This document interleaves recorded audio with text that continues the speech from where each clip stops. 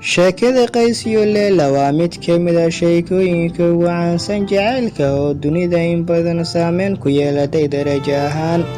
Inay rumaysan yihiin dad badan oo mucaashaqiinta xaqiiqda u jirin. Tanina waa mid ka hor imaanaysa xaqiiqda matalaysa Qays ibn Mulawah oo lagu naanaysi jiray kii kuwaana Leela. Si aan u bilaawno muuqaalkan, haddii aad ka heshay qisooyinka noocan oo kale, like saar, mahadsanid.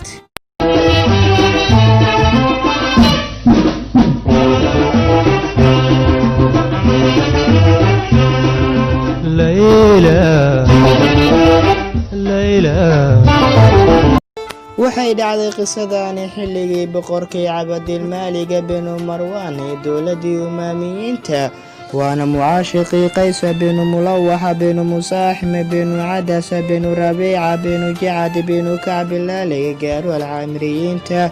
waxa uu dhashay 440 hijriyada. bilaawii noloshiisa waxa uu ku qaatay xaafadda binu Camr, waadiga loo yaqaano waadiga Xijaas, waana waadi dhacay inta u dhaxaysa Maka al-Mukarrama iyo Madiinatul Munawwara. aabihii waxa uu ka dhaxlay gabayada Carabta iyo garashada xidigaha iyo guuraha habeenka. Leela bintu Mahdi bintu Sacad bintu Rabiica waxay dhalatay 440 hijriyada oo 4 sano ayay Qays ka weyneyd. Leela waxay u dhalatay cadaan iyo qurux badnaan. Qays iyo Leela waxay ahaayeen 2 caruur oo isku keentay qaraabadooda, oo xagga nasabka waxay isku ahaayeen ilma adeer. ariga ayay u raaci jireen ehelkooda.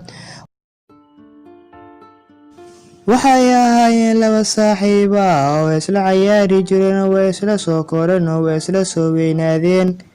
waxa uu ahaa mid keligiisa socan jirin, asagoo deris la noqday baalaha. mar waxaa lagu arki jiray Shaam, marle geesaha Xijaas. soo wariya haweeney ku qabiil lahayd oo cunto u keeni jirtay maalin kasta. way ka tegi jirtay maalintii labaad haddii uu soo laabato man heli jirin cuntadii.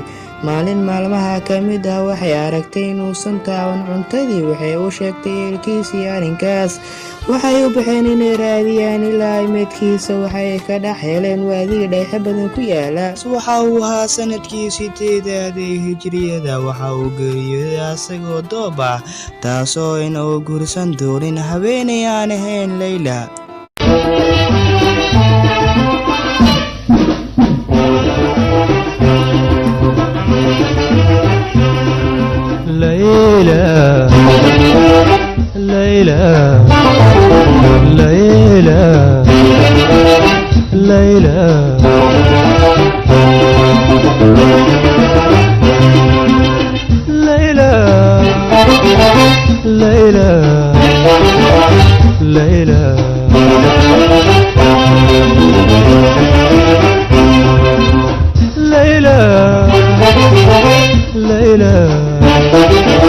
Leila